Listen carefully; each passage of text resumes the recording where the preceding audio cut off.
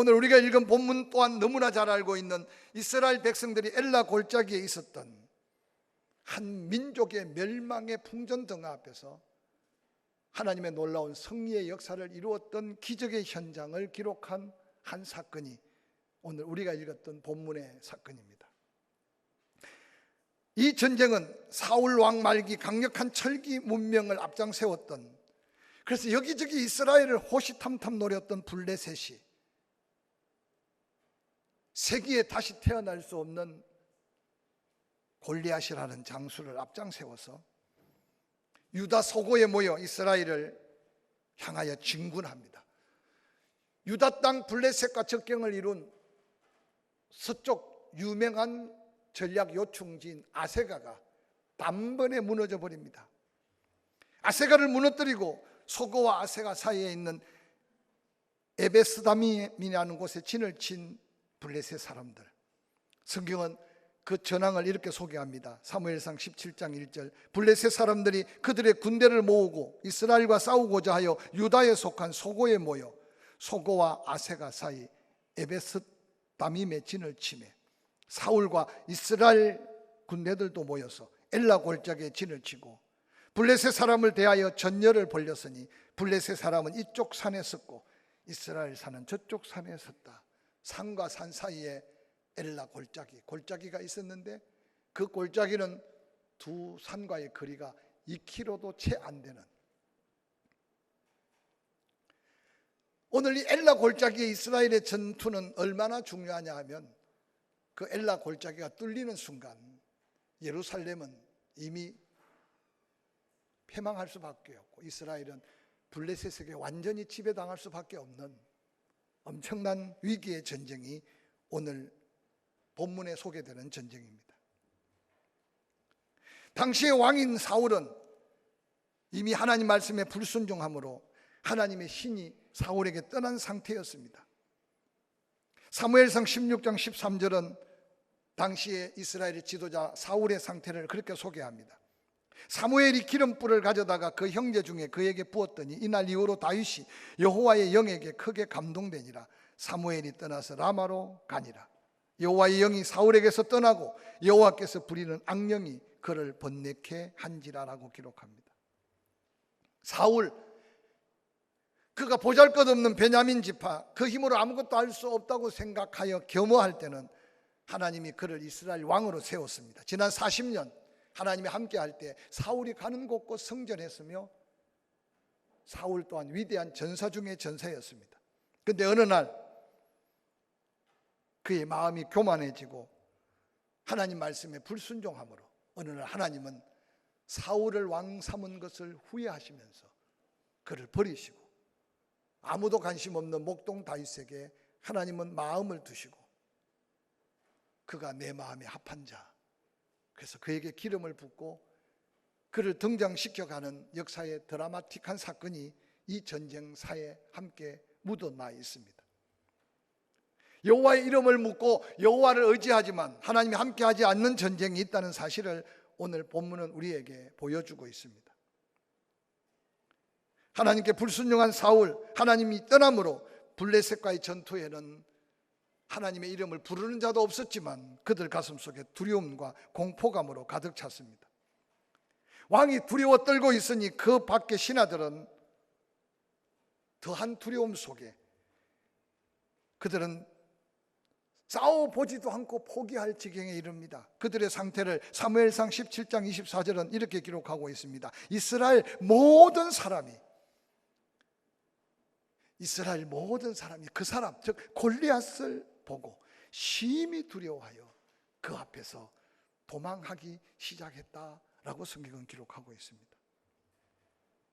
사람이 교만해지는 것은 하나님께 복을 받아 그 지위가 향상되고 그의 생각 속에 성공과 부요함이 더해질 때 교만하기 쉽습니다.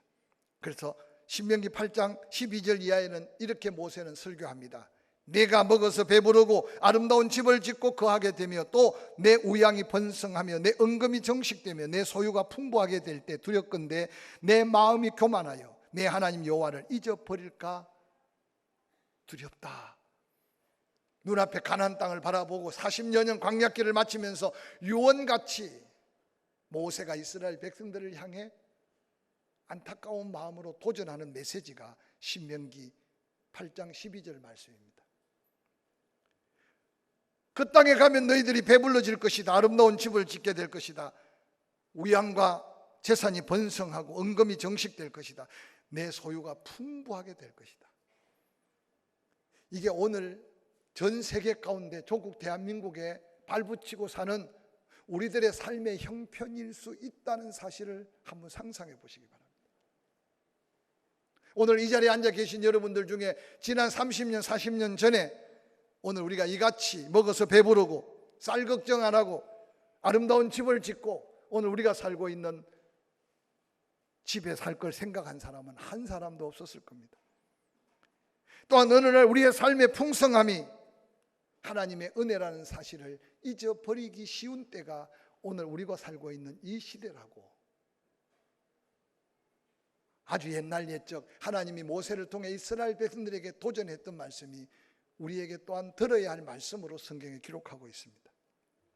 그때 내 마음이 교만하여 내 하나님 여호와를 잊어버릴까 한다라고 모세는 두렵고 떨림으로 경고합니다.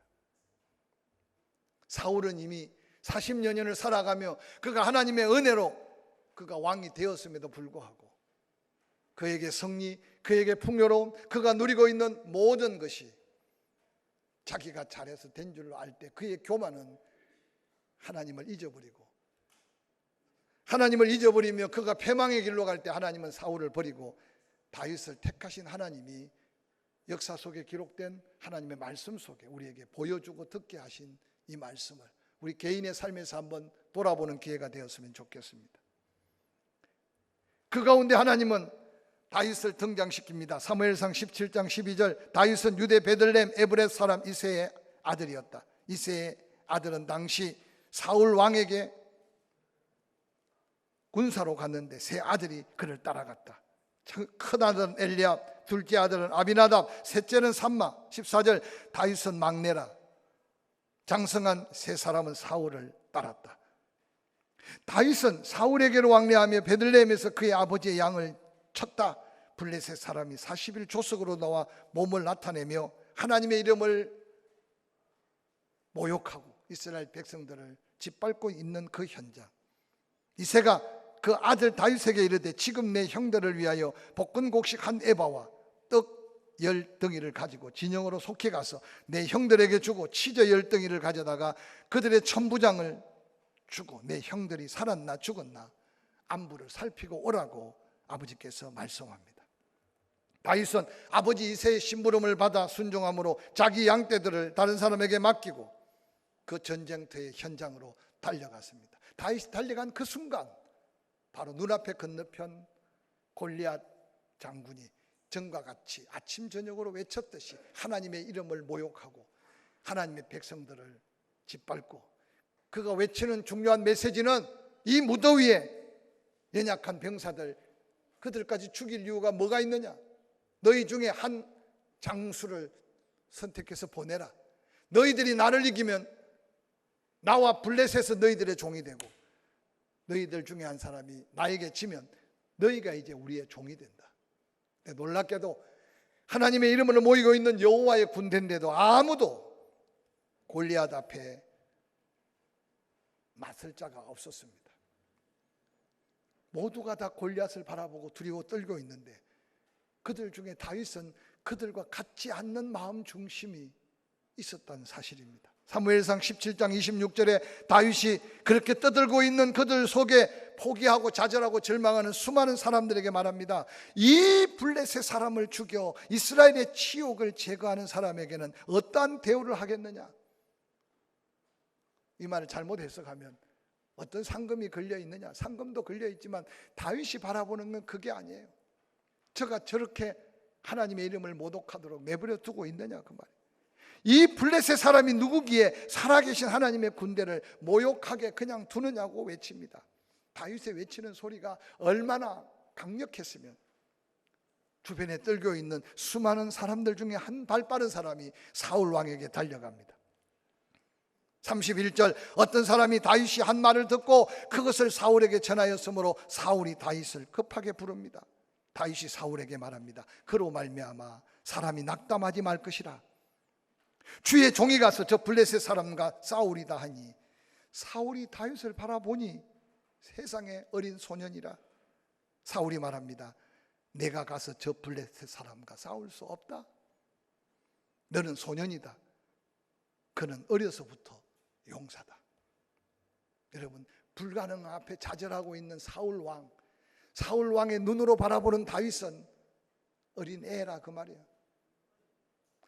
근데 여러분, 두려움에 잡혀서 인간의 눈으로만 바라보는 사울, 그는 골리앗을 바라보는 순간 그도 모르게 입으로 뭐라 그러냐, 지금 그가 용사 중에 용사라 그러면 괜찮은데 그는 너처럼 어려서부터 용사였다.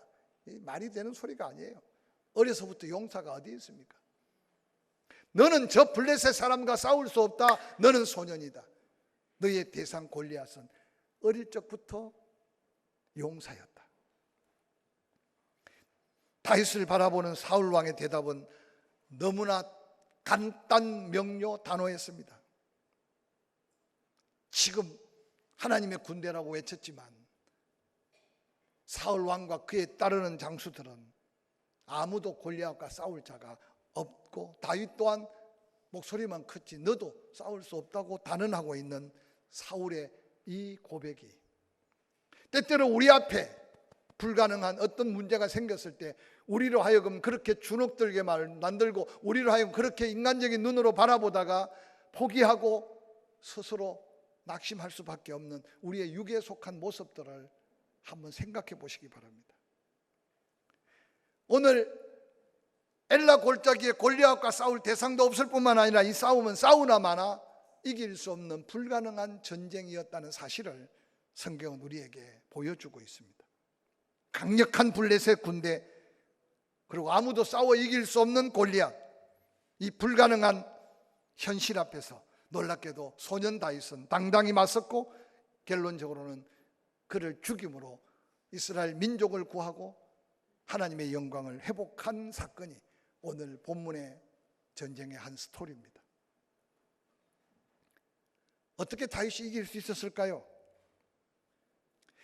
사무엘상 17장 28절은 이렇게 소개합니다. 큰 형 엘리압이 소리치고 있는 다윗에게 노를 바라며 말합니다. 이르되 내가 어찌하여 이리로 내려왔느냐? 들에 있는 양들은 누구에게 맡겼느냐? 나는 내 교만과 내 마음의 완악함을 아노니 내가 전쟁을 구경하러 왔도다. 지금 다윗은 하나님을 바라보며 당당하게 저 골리앗을 향해 그가 싸우고자 하는 의지를 불태우는데 맏형 엘리압은 다윗을 향해 여지없이 책망하고 조롱하고 그리고 불가능함을 이야기하고 있습니다. 사무엘상 17장 33절 사울도 마찬가지입니다. 너는 저 블레셋 사람과 싸울 수 없다. 너는 소년이고 저는 어려서부터 용사다. 그 엄청난 불가능의 현장 앞에 형의 질책 사울 왕의 할 수 없다는 단언한 말은 놀랍게도 다윗의 마음을 흔들어 놓지 못하고 있는 이 모습이 오늘 우리가 살아가는 삶의 현장에 개인적으로 때로는 가정에 때로는 나라와 민족 앞에 불가능이라고 하는 위기 앞에서 정말 하나님의 사람이 어떤 모습으로 서 있어야 하는가를 우리에게 도전하고 보여주는 말씀이 오늘 본문의 말씀일 겁니다. 때때로 우리가 건강에 대한 불가능의 위기, 사업에 대한 어떤 불가능의 위기, 삶의 실패, 좌절, 절망할 수밖에 없는 골리앗 같은 불가능의 위기가 다가올 수 있을 겁니다. 여러분은 사울처럼 바라보고 말하겠습니까? 엘리압처럼 말하고 바라보고 있겠습니까? 불가능한 환경, 불가능하다고 이미 단언한 사람들의 말에 귀를 기울인다면 우리는 일어설 수도 없고 한 걸음도 나아갈 수 없을 겁니다. 그런데 오늘 불가능 앞에 선 다윗의 모습은 그 어떤 말로 해도 흔들리지 않았습니다. 사울왕 앞에 도리어 다윗은 말합니다. 사람들로 하여금 낙담하지 말게 하십시오. 제가 나가서 싸우겠습니다. 사울 왕이 바라보는 블레셋 군대, 사울 왕이 바라보는 골리앗과 다윗이 바라보는 골리앗은 달랐다는 사실을 성경은 은연중에 우리에게 말씀해 주고 있습니다. 무엇을 보고 무슨 말을 듣느냐가 얼마나 중요한지 모릅니다. 다윗은 사울 왕 안 된다, 할 수 없다 하고 말할 때 사무엘상 17장 34절에 사울 왕에게 다시 이렇게 말합니다. 주의 종이 아버지 양을 지킬 때에 사자나 곰이 와서 양떼의 새끼를 물어가면 내가 따라가서 그것을 치고 그 입에서 새끼를 건져내었고 그것이 일어나 나를 해하고자 하면 내가 그 수염을 잡고 그를 쳐 죽였나이다. 주의 종이 사자와 곰도 쳤은즉 살아계시는 하나님의 군대를 모욕한 이 할례받지 않은 블레셋 사람이니까 그가 그 짐승의 하나와 같이 되리이다. 또 다윗이 말합니다. 여호와께서 나를 사자의 발톱과 곰의 발톱에서 건져내셨은즉 나를 이 블레셋 사람의 손에서도 건져내시리이다. 우리는 생각할 때 다윗이 양의 새끼를 구하기 위해서 사자나 곰은 칠 수 있지만 블레셋 장수 골리앗 어떻게 싸우냐? 여러분, 하나님은 우리로 하여금 불가능 앞에 가능케 하는 믿음을 주기 위해 지난날 돌이켜보면 끊임없는 은혜로 우리를 단련시켰고 끊임없는 하나님의 도우심으로 여기까지 은혜 안에 인도하셨다는 사실을 다시 한번 기억하셔야 됩니다. 할렐루야. 골리앗이 다윗을 보고 뭐라고 조롱합니까? 네가 나를 개로 여기고 개 한 마리 쫓듯이 막대기 하나 들고 내게 왔느냐고 조롱합니다. 그래서 여러분, 골리앗 입으로 네가 나를 개로 여기느냐라는 말과 오늘 다윗이 사울 왕 앞에 고백하는 믿음의 확정 속에 외치는 외침과 한번 상상해 보시기 바랍니다. 왕이여, 왜 골리앗만 보고 두려워하십니까? 이제까지 당신의 성전했던 역사의 사건들을 보시기 바랍니다. 하나님이 당신과 함께하고 하나님이 이 백성과 함께할 때 백전백승하지 않았습니까? 지금 그 하나님은 여전히 저 짐승만도 못한 골리앗에게 모욕감을 당하고 모멸감을 당하고 있는데 그 하나님은 지금도 살아계신 하나님입니다. 한 가지 잊어버리고 있습니다. 내가 양을 칠 때 곰과 사자가 새끼를 입에 물고 가면 내가 쫓아가서 그 입을 벌리고 양의 새끼를 구했습니다. 그런데 어리석게도 곰과 사자가 자기 배고픔을 채우기 위해 양의 새끼를 놓지 않으려고 나를 해하고자 하면 내가 곰을 쳐 부순 게 아닙니다. 하나님이 나를 지켜주셨기에 곰과 사자를 치게 했습니다. 나는 지금 하나님의 이름을 모욕하는 저 골리앗을 바라보니까 곰과 사자 같지 않습니다. 개처럼 보입니다. 하나님이 나를 도와 곰과 사자도 치고 지켰다면 저 개보다 못한 골리앗 손에서 나를 건져주시고 지켜주실 줄 믿습니다. 할렐루야. 믿음은 선포하고 믿음은 고백할 때 그 믿음이 믿음 된다는 사실을 오늘 다윗은 우리에게 도전하고 있습니다. 예수 믿어 천국 갈 소망도 있고 예수 믿기에 교회 와서 예배도 드리고 예수 믿기에 주어진 은사를 따라 봉사도 합니다. 근데 진정 믿음이 고백될 자리에 믿음을 고백한다는 것은 쉬운 것이 아닙니다. 바로 불가능의 현장 앞에 모두가 안 된다, 할 수 없다 말할 때 사울 왕 앞에 당당하게 소년 다윗, 지금까지 내가 살아오면서 하나님 나와 함께 하심에 대한 확신이 내게 있습니다. 곰과 사자의 입과 발톱에서 나를 지켜주신 하나님이라면 저 짐승만도 못하게, 곰은 지 배를 채우기 위해서 양새끼 한 마리를 훔쳐가는 게 전부지만 저기 서 있는 저 짐승만도 못한 인간은 하나님의 이름을 대적하고 하나님의 백성들을 모독하고 하나님의 군대를 저주하는 저는 하나님이 살려주지 않을 사람 대상인 것을 다윗은 확신했습니다. 다윗의 이 간정 같은 고백을 듣던 사울 왕 37절에 보니까 사울이 다윗에게 이르되 가라, 여호와께서 너와 함께 하시기를 원한다. 사랑하는 성도 여러분, 오늘 우리 주변에 수많은 세상 사람들이 직장에서 사업장에서 삶의 자리에서 어떤 불가능한 어떤 상황 속에 여러분들만이라도 기도로 뚫고 가고 믿음으로 일어서고 하나님의 은혜로 회복되는 걸 보기를 원한다는 사실을 기억하시기를 주의 이름으로 간절히 축원합니다. 소리쳐서 두려움을 물리칠 수 있어요. 소리쳐서 내 믿음의 현주소를 확인할 수 있어요. 그런데 오늘 마지막으로 다윗이 우리에게 도전하는 말씀은 뭡니까? 다윗은 골리앗 앞에 당당하게 났습니다. 사무엘상 17장 45절, 다윗이 골리앗 블레셋 사람 골리앗에게 말합니다. 너는 칼과 창과 단창으로 내게 나아오지만 나는 만군의 여호와의 이름 곧 내가 모욕하는 이스라엘 군대의 하나님의 이름으로 내게 나아간다. 오늘 여호와께서 너를 내 손에 붙였다. 내가 너를 쳐서 내 목을 베고 블레셋 군대의 시체를 오늘 공중에 세워 땅에 들짐승에게 주어 온 땅으로 이스라엘의 하나님이 계신 줄 알게 할 것이다. 너는 어리석어 싸움의 성패가 칼과 창에 있다고 하지만 여호와의 구원하심은 칼과 창에 있는 게 아니라 여호와 하나님의 손에 붙들려 있다는 사실을 알게 만들 것이다. 이 믿음은 행함으로 기적을 일으켜요. 믿음은 기도함으로 응답을 받는 거예요. 믿음은 선포함으로 믿음이 증거가 남는 거예요. 할렐루야. 오늘 우리에게 필요한 것은 아는 믿음도 있어요.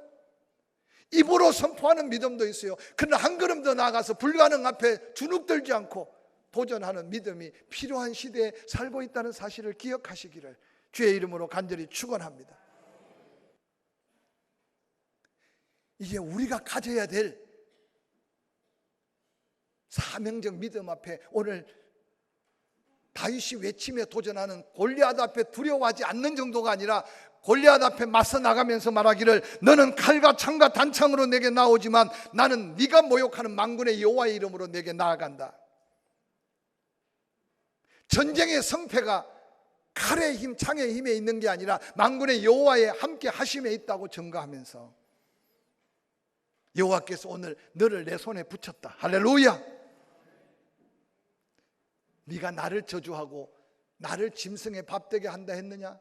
착각하지 마라. 내가 오늘 너의 목을 칠 뿐만 아니라 모든 블레셋 그들의 목을 쳐서 새와 들짐승의 먹이로 삼고 이게 온 땅이 이스라엘에 하나님이 계시다는 사실을 알게 하기를 원한다. 사랑하는 성도 여러분, 6.25 이 하루만이라도 이 다윗의 외침에 도전했던 이 믿음이 우리의 믿음이 되기를 주의 이름으로 간절히 축원합니다. 온 땅이 대한민국에 하나님이 보호하사 여기까지 왔다. 하나님이 함께 한다는 사실을 선포할 수 있는 믿음의 도전들이 우리의 보잘것없는 삶에서부터 선포되고 우리가 다른 사람이 경험할 수 없는 그 현장에서 당당하게 이 믿음으로 외쳐서 하나님의 영광을 드러낼 때 이 민족과 함께하는 하나님이 놀라운 하나님의 영광으로 이어지는 승리를 우리에게 허락해 주실 줄 믿습니다. 47절 여호와의 구원하심이 칼과 창에 있지 아니함을 이 무리로 알게 하리라. 전쟁은 여호와께 속해 있다. 그가 너희를 우리 손에 이미 붙였다. 이 놀라운 확신적 믿음을 가지고 도전하는 그 현장은 두려워서 떨고 도망갔던 수많은 군사들이 도리어 골리앗이 목이 떨어져 다윗 손에 들려지는 그 모습을 보고 모두가 도망하는 그들을 추격해서 블레셋 진영까지 가 그들이 엎드러진 시체들이 온 땅에 나뒹굴고 다윗이 외쳤듯이 짐승의 밥이 된 하나님의 살아계심의 위대한 역사의 현장을 성경에 기록하고 우리에게 다시 도전하는 이 말씀으로 듣게 하심을 기억해 가면서 혹이라도 개인적으로 너무 힘듭니까? 건강에 대해서 불안 초조합니까? 내일에 대해서 두렵습니까? 다시 한번 우리 믿음을 점검합시다. 사람의 눈으로 육신의 생각으로 보고 듣지 말고 골리앗을 보는 게 아니라 하나님을 바라봤던 다윗의 영적 관점을 다시 한번 배우고 확신하고 그 믿음이 내게 싹틀 수 있도록 끊임없이 기도하고 선포하십시오. 그리고 그 불가능 앞에 도전하며 나아가는 칼과 창에 있는 게 아니라 여호와의 손에 있다는 사실을 선포하고 이 승리의 영광으로 하나님의 영광을 드러내는 저와 여러분이 되기를 주의 이름으로 간절히 축원합니다.